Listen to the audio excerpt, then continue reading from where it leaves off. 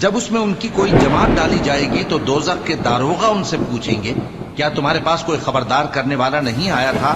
وہ کہیں گے کیوں نہیں، ضرور خبردار کرنے والا آیا تھا، بس ہم نے اس کو جھٹلا دیا اور کہا کہ اللہ نے تو کوئی چیز نازل ہی نہیں کی، تم تو بڑی غلطی میں پڑے ہوئے ہو۔ السلام علیکم ورحمۃ اللہ وبرکاتہ۔ حضرت ابو ہریرہ رضی اللہ تعالی عنہ فرماتے ہیں کہ ایک دفعہ ہم ایک مریض کے پاس بیٹھے تھے کہ اچانک وہ بالکل خاموش ہو گیا اور اس کی نبضیں چھوٹ گئیں۔ ہم نے اس کو کپڑے سے ڈھانپ دیا، اس کی آنکھیں بند کر دی۔ اس کے بعد ایک آدمی کو بھیجا تاکہ وہ میت کے لیے کفن کے کپڑے لے آئے، بیری کے پتے لے آئے اور اس کو اٹھانے کے لیے چارپائی۔ اس کو بازار بھیج کر ہم نے اس کو اپنے ہاتھوں پر اٹھایا تاکہ اس کو غسل دے، تو اچانک اس نے حرکت کی۔ ہم نے کہا سبحان اللہ سبحان اللہ، ہم تو گمان کر رہے تھے کہ تم انتقال کر گئے۔ اس نے کہا میں تو واقعی انتقال کر گیا تھا، مگر میرے ساتھ جو ہوا وہ میں تمہیں بتاتا ہوں۔ مجھے اپنی قبر یعنی برزخ میں لے جایا گیا تو میں نے دیکھا کہ ایک نہایت حسین و جمیل خوشبو میں بسے ہوئے شخص نے میرے لاشے کو قبر میں اتارا اور قیمتی چادروں سے اس کو لپیٹ دیا۔ اتنے میں ایک کالی کلوٹی بدبودار عورت آئی۔ اس نے کہا اس قبر والے نے یہ کیا وہ کیا، اس نے مجھے میرے برے اعمال گنوانے شروع کر دیے۔ باخدا وہ گنواتی رہی، میں شرمسار ہوتا رہا، گویا میں اسی وقت ان برائیوں سے باز آنا چاہتا تھا۔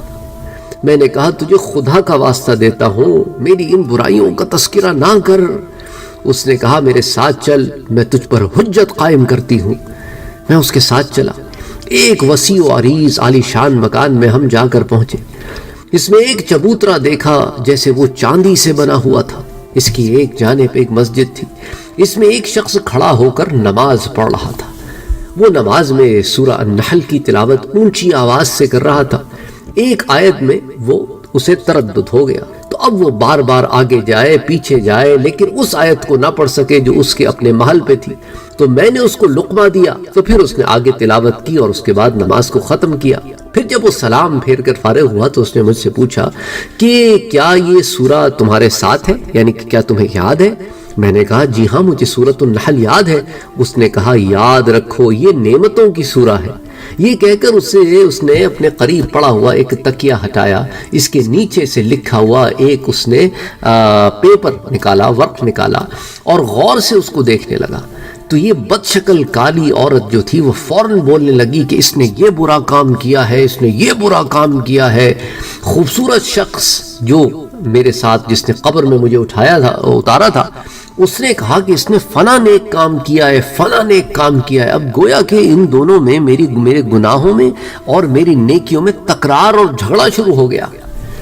تو اب وہ شخص جو ایک کاغذ میں ایک ورق میں کچھ پڑھ رہا تھا اب وہ گویا ہوا اور اس نے کہا کہ یہ شخص جسے تم دونوں لے کر آئے ہو اور اس کے معاملے میں جھگڑ رہے ہو، یہ اللہ کا ایک نیک بندہ ہے جس نے اپنے اوپر ظلم کیا یعنی کہ گناہ کیے ہیں، لیکن اللہ نے اس کے گناہوں کو معاف کر دیا ہے۔ ابھی اس کا وقت آیا نہیں ہے، اس کو تم واپس لے جاؤ، یہ پیر کے دن مرے گا۔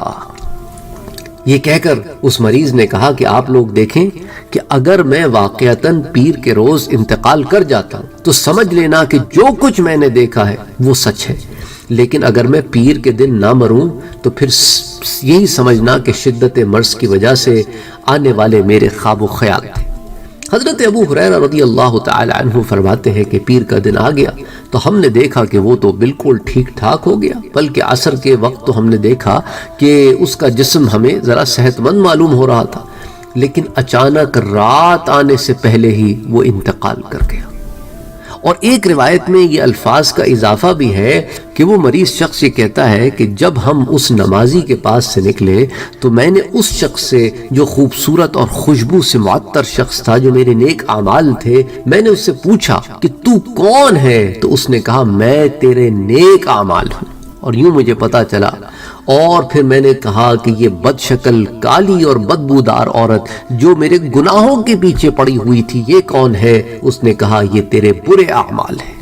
اس واقعے کو کتاب من عاش بعد الموت کے پیج 78 کے اوپر بیان کیا گیا ہے، لیکن یہ ایک ایسے شخص کا واقعہ ہے جسے اللہ تعالیٰ نے معاف بھی کر دیا اور اسے یہ بتا بھی دیا کہ اللہ تعالیٰ ارحم الراحمین ہے، اور ساتھ ساتھ ہمیں یہ تنبیہ بھی ہو گئی کہ ہمارے بہت سارے ایسے گناہ ہیں میرے بھائیوں اور میری بہنوں جن پہ ہم نے توبہ نہیں کی ہے، اور یہ گناہ اگر ہمیں گنائے جائیں نا تو ہم شاید یہ امید کریں کہ زمین پھٹ جائے یا آسمان پھٹ جائے اور ہم یہاں سے چلے جائیں، یا گناہ گنوانے والا کہیں غائب ہو جائے اور یوں آنکھیں کر لیں ان گناہوں سے کہ گویا وہ ایگزسٹ نہیں کرتے۔ لیکن یاد رکھو دفتر میں سب لکھے ہوئے ہیں، اس لیے تو کافر قیامت کے دن پکار اٹھے گا کہ یہ کیسی کتاب ہے، لا یغادر صغیرۃ ولا کبیرۃ الا احصاها، کہ کوئی چھوٹی سے چھوٹی چیز ہو کہ بڑی سے بڑی چیز ہو ایسی ہے ہی نہیں کہ جو اس میں نہ لکھی ہو۔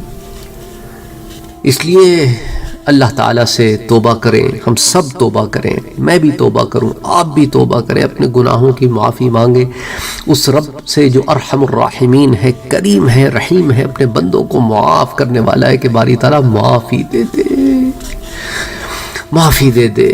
یہ شخص تو سرخرو ہو گیا، ہمارے پلے میں تو کچھ بھی نہیں ہے، تو باری تعالیٰ توفیق بھی عطا فرما دے، جو کچھ ٹوٹا پھوٹا کر لیتے ہیں اسے قبول بھی فرما لے، ہمارے گناہوں کو معاف بھی کر دے، ہمارے بیڑے کو پار بھی کر دے۔